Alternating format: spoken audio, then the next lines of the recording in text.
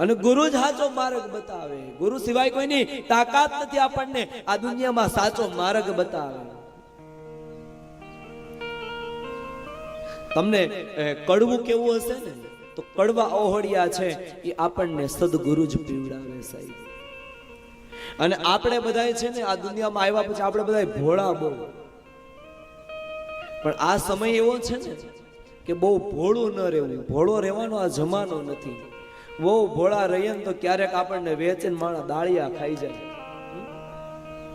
મનની વાત કોને કેવી એ પણ આપણને ખબર પડવી જોઈએ. મારા મનની વાત છે, આપણા દુઃખની વાત છે ને, એ બધાની સામે એને પ્રગટ ન કરાય.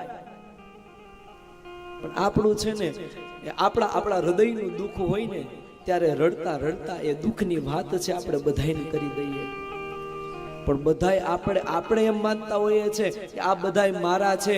આ દુનિયામાં આવ્યા પછી સાહેબ આપણા પરિવાર સિવાય આપણું કોઈ છે નહીં. તમારે દિલની વાત કરવી હોય ને તો ઘણા બધા પાત્રો બતાવ્યા છે કે જ્યારે હૃદયની વાત કરવી હોય ને તો પહેલા તો આપણા મા બાપને હૃદયની વાત કરવી. આ દુનિયાની અંદર આપણા માતા પિતાથી કોઈ વાત ક્યારેય છુપાવવી નહીં. ગમે એ પરિસ્થિતિ ઊભી થાય, કેમ કે પેલો ગુરુ જ આપણા મા બાપ છે. આ દુનિયામાં એ લયાવનારા જ આપણા મા બાપ છે.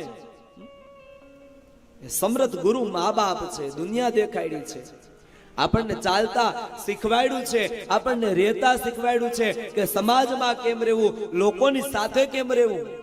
કોને શીખવાડ્યું? મા બાપે શીખવાડ્યું છે. દુનિયાનો પહેલો ગુરુ જો કોઈ હોય તો હું તો એમ જ કહું છું કે આપણા મા બાપ છે. મા બાપમાં શ્રદ્ધા રાખવી. એ પછી બીજા ગુરુ કે જે આપણને વિદ્યા ભણાવી છે, જેને આપણને ભણાવ્યા છે, એ વિદ્યા ગુરુ પર આપણને શ્રદ્ધા હોવી જોઈએ. અને ત્રીજા ગુરુ કે જેને આપણને કંઠી ધારણ કરાવી છે, એની ઉપર આપણને શ્રદ્ધા હોવી જોઈએ. અને સાચી સલાહ છે ને એ સદગુરુ આપે.